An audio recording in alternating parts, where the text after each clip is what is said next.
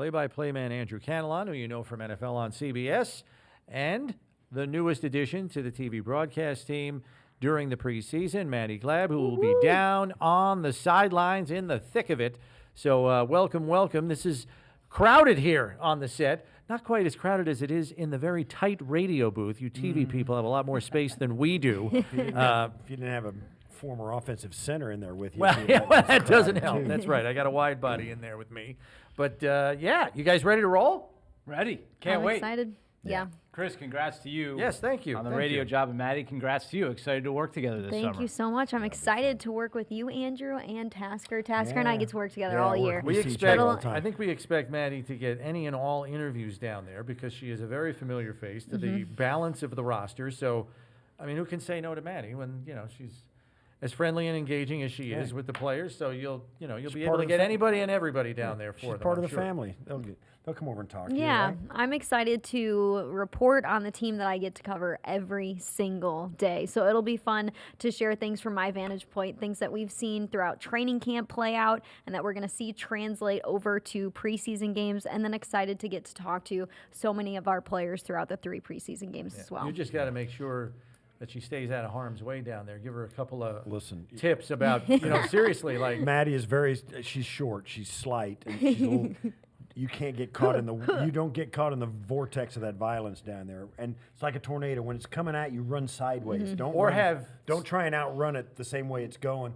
When it comes out, you got to go 90 There you go. degrees. See, these are the tips that we got to get Maddie, so she's out of harm's way. I need a get back coach. Well, yeah, because a lot of exactly, and she needs a spotter as much as anything, right, Steve? Because she's going to have her back turned off into the field to do a report. Yep. So you need a spotter. And not only that, there's stuff she's watching. You'll be on the Bills sidelines, right? I mean, you're probably not going to go over to the Bears sidelines. You'll be on our sideline, and the thing is, what you do as a sideline reporter is you're standing right there in the bench area, so you're watching the guys behind the bench. You're standing right at the edge of the bench area, looking at them, and you're not watching the game sometimes. And man, when it spills over the sidelines, it spills hard and fast. Man. You guys have officially scared Maddie before the game. I mean, geez, here we go. I don't know about this. I'm just got a kidding. spotter, you're good. Just pick somebody to spot for you. She's Maddie call in sick. Andrew, since you are usually operating from a little less of a Bills myopia standpoint than we are, can you safely say there has been significantly less national chatter about the Bills than you've seen in the last couple of preseasons? Seems pretty quiet. Tell us if that's accurate. Yeah, I would say that I agree with that statement. I don't think that takes away from how good of a team I think they are and can be. But I think you're right. There's not as much talk about them as the past couple of years, which I think may actually help this team. Yeah. I think they play with a chip on their shoulder. They like being under the radar, I think. Oh, they surely do. Yeah. We know they do. They've talked about it before. They like being doubted. They like when people don't include them in some of the conversations of top dogs or teams who have dropped off a little bit. Hey, bring it on over. Yeah, it's always fuel. It's more fun and easier to get motivated to prove somebody wrong. I know we had the production meeting today to kind of get you guys set on the TV side, us set on the radio side. What did you take in terms of what can be discussed publicly? What did you kind of take from Coach McDermott and Brandon Beane with respect to the new kickoff and their approach? What do you think is kind of their general feelings about this going into the season now that real bullets are going to be flying here really soon on a very, very new and revolutionary play? Well, I think that their approach is kind of what I assumed it would be, and I think what most of the league is going to do in the preseason, and that's nothing. I mean, no one's going to show their cards. Everyone's kind of feeling it out. They're going to watch a ton of film of other preseason games to see how people do things, which I don't think is going to be much because I think most teams will be rather vanilla. And I think that week 1, we're going to have a whole different look of what the kickoff rule is compared to week 1 of the preseason. I think it'll be drastically different. Yeah, I think they're doing what you would expect coaches at this level to do. They're looking at it really intelligently. They're starting out with the very basics. All right, let's just get this under our belt. This is what it looks like when the kick's in the middle. Our guys take off, their guys take off. And there's nuances among that, like, which way the guys are facing that are lined up. All of that stuff goes into the mix, and they'll watch, where the kicker lines up. Are some of the kickers go ahead and kicking it high, which is kind of irrelevant these days, or are they trying to get it there fast? making it a little harder to field and get underneath. The landing area hasn't really been explored in any of the kicks I've seen. Like, they haven't tried to squib it down there and just land it just inside the landing zone. So there's none of that going on, which has got to be on the menu. I would think you want to do that because Yes. you want to force them to field it and have to run up and go get it because it's a live ball. Well, here's the thing. When the ball hits the ground, that's when the coverage team can release too. It doesn't have to be when the guy touches So it. now or it when, becomes a race to the ball. then it becomes a race to the ball. And, I mean, you've seen it. The ball, you don't know where that thing's going to bounce. I mean, the thing's got ends on it, right? So when the ball, if you can get it airborne and get it to the 20 and get it bouncing around, that's an enormous, I mean, you're panicking if you were the return And team. the other thing that's new this year, Maddie, is every ball in the end zone is live. You can't just let it fall in there as the return team and say, oh, yeah, we're just going to take it on, the 30. You have to down it physically. You have to go get it and down it. So it's going to be interesting to see that everyone's been schooled up properly on this. Yeah, there could be a little bit of chaos when it comes to something like that happening. And Sean McDermott said, hey, in the spring, we introduced this to our team. We taught them the rules. I think it's fascinating as we're all watching history play out here that you have an entire team just a couple months ago that is learning the nuts and bolts of how they think this is going to play out, how they think they should go through everything with technique, what they think their strengths can be, and how they think they can fool other teams.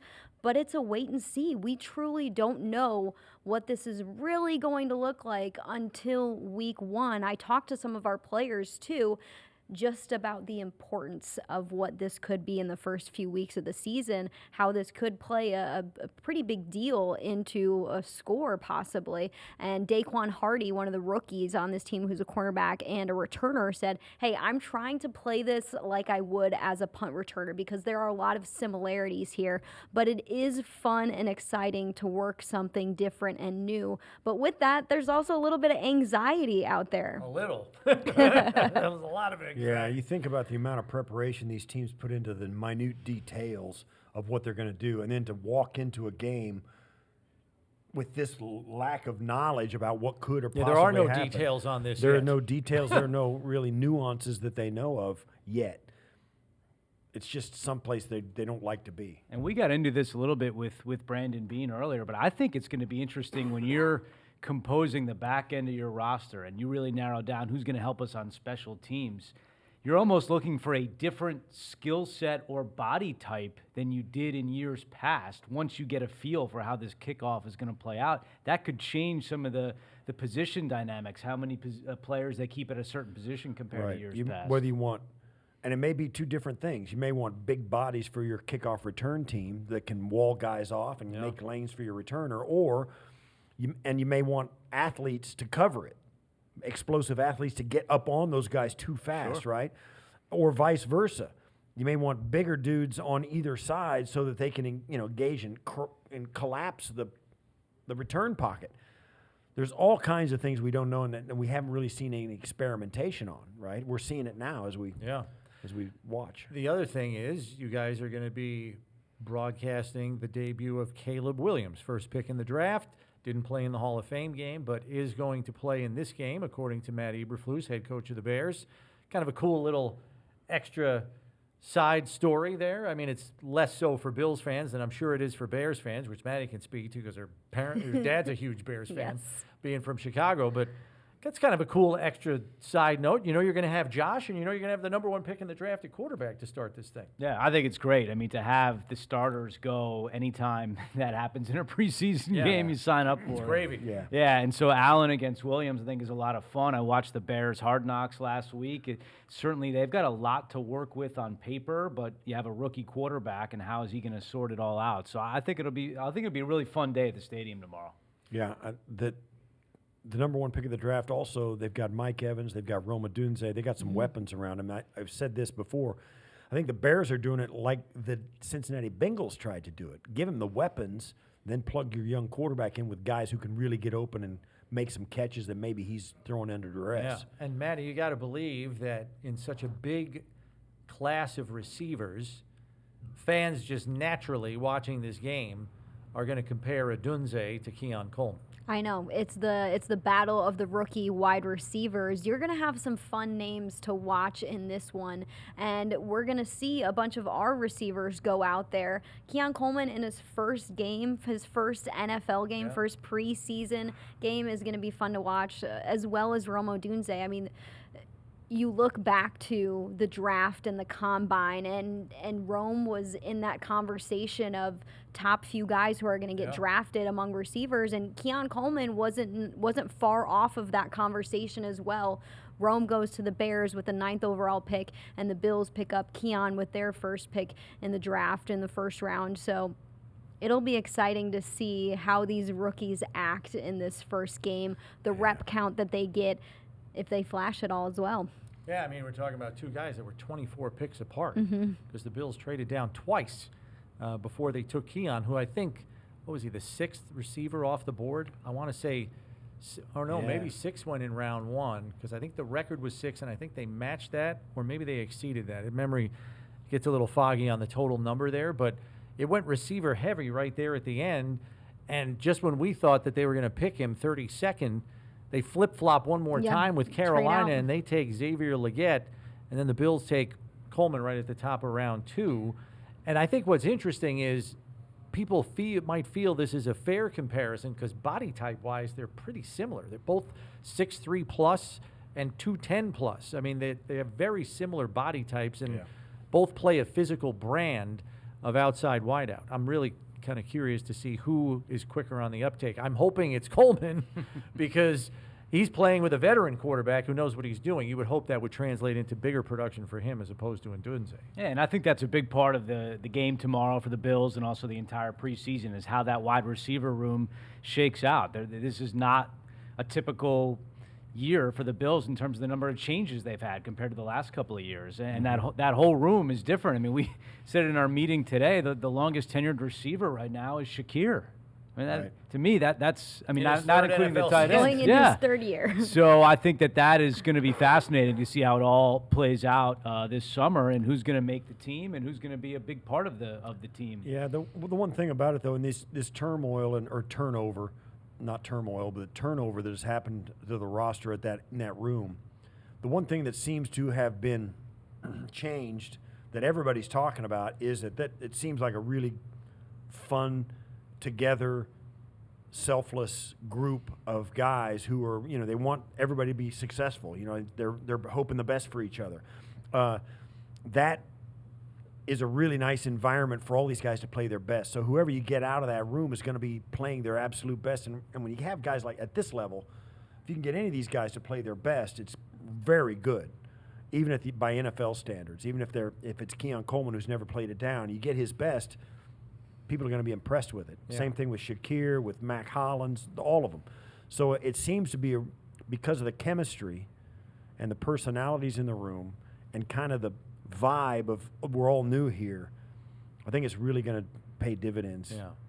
Maddie, you mentioned anxiety on kickoff. I think for fans, there's already anxiety about the safety position, maybe less so because of who might be manning the position, but more about who's not available right now, as it's a position that's been compromised by injury here in training camp. Yeah, no Mike Edwards right now, no Cole Bishop. So 2 safeties that you picked up this offseason, one via free agency, the other via the draft. Guys who you thought would be in a good place within this defense already are not. I mean, you've got a rookie who's coming into the NFL trying to learn what an NFL defense is like. And then you've got Mike Edwards, who unfortunately missed the entire offseason with an injury. So these guys are going to be playing catch up once they're available. And they're getting as many mental reps as they can out there right now. But what you're left with, at least guys who we've seen a lot of from practice, is Taylor Rapp, who thankfully was on this team last season and has a good handle on this defense, and DeMar Hamlin as well, who is coming back this season with a vengeance.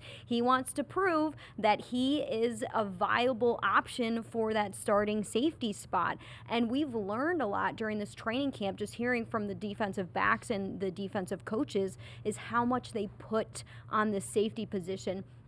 And things could have changed after Jordan Poyer and Micah Hyde left this team, no longer a part of the defense. You wonder, is the safety position going to be switched over in terms of what is put on them? But no, it is very clear that the safeties are the quarterbacks of this defense, and they are in charge with doing a lot of the communication, making sure guys are lined up and in the right place before that ball is snapped. And then there's a little bit of old home days feel to this game. A handful of former Bills, Andrew, on this Bears roster. Everybody knows Tremaine Edmonds is there, but Ryan Bates got traded. He's in the mix to be the starting center. And you got Tommy Sweeney, tight end. I think there's one more that I'm forgetting on the roster. Bates, Tremaine Edmonds, Sweeney, and Is there another one? We did get Eric Washington. Oh, yes. Eric Who's the Washington, defensive coordinator? Yeah. So Well, you're absolutely right. And Tommy Sweeney was always a fan favorite here. Yep. His number selection, if we remember, he wore 89 while he was here. yeah, kind of sabotaged his ability. But he did Contribute. score a touchdown in the Hall of Fame game, and I'm sure it'll be a lot of the Bills players that were here with Tommy will be happy to see him after the game. He was really tight with Dawson Knox, as you might expect, in the same room there with the tight end. So, yeah, it's just kind of crazy to see that. There is one former Bear as well. Kendall Williamson was in camp last year with the Bears, and he is here at the safety position. And he, since the injuries to Edwards and Cole Bishop, has been kind of running with the second team. Yeah, and he said, I'm learning right now because last season I was with the Chicago Bears, so this off season for me has been all about trying to understand this defense and get as many reps out there during practices as possible. I spoke with him after practice a couple of days ago, and he also played against Caleb Williams in college because he went to Stanford. Caleb spent a couple seasons at USC, so USC ran up the scoreboard against Stanford that game, and Kendall said, Caleb is a gunslinger. It's gonna be really fun to watch him on the NFL stage, but when it comes to defending a quarterback like that, it's got to be about team football. I asked him, what is the art to stopping Caleb Williams, and Kendall said, we've got to do our 111th. We have to be sound. We have to be communicating as a team because he knows how to get throws into tight windows, and he knows how to move the ball down the field.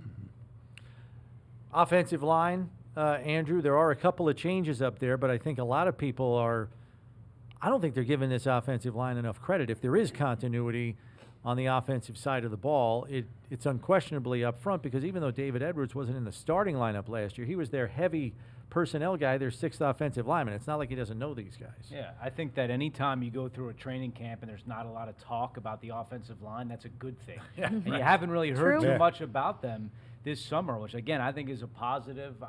I have a lot of confidence in that line from a Bills perspective, and I think Edwards will step in admirably. Yeah, those guys last year, it was unprecedented. I mean, 5 guys took virtually all the snaps at offensive line. Nobody missed any significant time. And, we were talking, we had Connor McGovern sitting between us at training camp, and he says, it's probably, it probably won't happen this year because just the fact of we'll come back to the mean. But it did give those guys a chance to get really tuned in. 4 of the 5 are coming back, and the 5th one who's been plugged in was there every week too, and he played in every single game as the heavy guy. So there's some continuity there, and with Mitch Morse gone, Connor McGovern moving down, and David Edwards moving in, they got bigger and younger. It's quite a group of offensive linemen they've got. I think that's going to be one of the most difficult position groups to hone in on and see how many they can keep. I think they would love to keep great depth. They would love to keep 10 so of those guys. speak to the depth but a they little bit, can't. Maddie, because I was just looking at a couple other teams' camps and how they're going, and I saw it in 3 of the 5 other teams that I looked at. They're looking already towards cuts to try to pick up a guard or a backup tackle. People are on the look for talent already, and the Bears have or the Bills have boatloads of it right now on the second team, maybe even the third I team. mean, you've got Lyle Collins that they picked Yeah. up in the offseason. He's a name. You Seven-year have starter. Yeah, you have Alec Anderson and Ryan Vandemark, who have been on this team for a few seasons now, and Vandemark got his opportunity last season and did a good job with it, and has been in the mix as well during training camp, shifting through, with the ones and the twos when the ones get a break.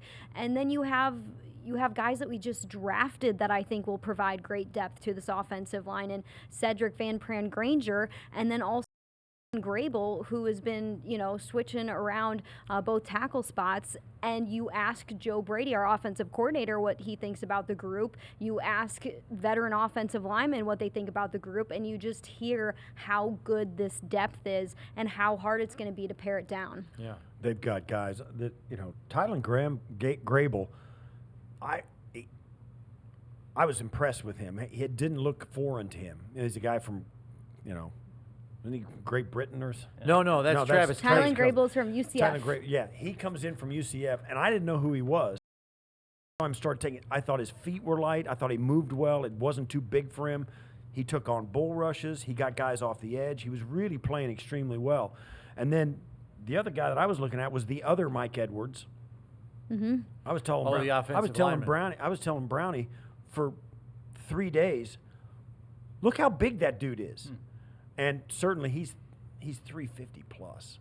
I think he's listed at carries it. 343. Steve's convinced he's bigger. And he's tall. He's tall. He carries it. He looks like an offensive line. He looks He's just like big everywhere. He's big from the soles of his feet to the top of his head, and he moves well. And he's got a chance to play really well. I'm really struck by the size of this O line up front, and certainly the front five are also young. I mean, Dion's the oldest guy up there by a significant amount. Everybody else is like 26, 24, 25. It's a young group. And Andrew, I know you've probably researched this, but when Joe Brady took over last year, over the last 7 games, they ran the ball 52% of the time. We're waiting to see now if we're going to see evidence of that continuing here through the course of the preseason. Yeah, I think that's an interesting part of this new offense. And in talking to Sean McDermott today, like we did, he's been really impressed with Joe Brady and his process of getting this offense ready to go for week 1. Ray Davis is a guy that I'm looking at tomorrow. I want to see how he looks out there. But you're right, they're going to need some parts to get this run game going to where it was towards the end of last year. Yeah, I think everybody's just curious. Are they going to really run it that much again? And that's kind of the big $100 million question. We don't know. Yeah. But maybe we get some evidence of it beginning tomorrow If Josh afternoon. is more efficient, particularly with this receiving core and this tight end group, and they can grind out some first downs and kind of do it that way and be more free to have more throwaway downs where they can hand it off. Yeah. And they can be efficient. Their red zone offense, I think, is going to be a boatload of trouble for defenses because of their height, their size, and their catch radius, and Josh's ability to run. I mean, their red zone offense is going to be a really, Well, it's been really good. top 5 in the league the last If 3 that's years. the case, which it should be, teams are really going to have a hard time getting enough possessions to keep up with this group. You know what I mean? Yeah. It's going to turn into one of those things where they might feel like they could have beaten the Bills, but they don't get the ball enough. Time of possession is going to be a more of a key factor for the Bills. And when you've got Josh the way he is, you're not going to feel like you're put the game. If you get up on this team by 2 scores, like the Bills, they still got Josh, And if they start dropping back and going shotgun every play, I just think this offense has got so many ways they can really be good. And if they go this way where they can run the ball effectively, they're going to strangle a lot of teams just because they won't have enough opportunity to win. Yeah. Well, we get our first look at it tomorrow. So good luck, team, in calling it on WIVB TV, Channel 4 here locally in Buffalo. If you are listening to us today outside that local Buffalo viewing area, you'll be able to catch the game on NFL Network. Andrew Catalon, Steve Tasker, Maddy down on the sidelines. Tune in tomorrow when they take the air at 1 p.m.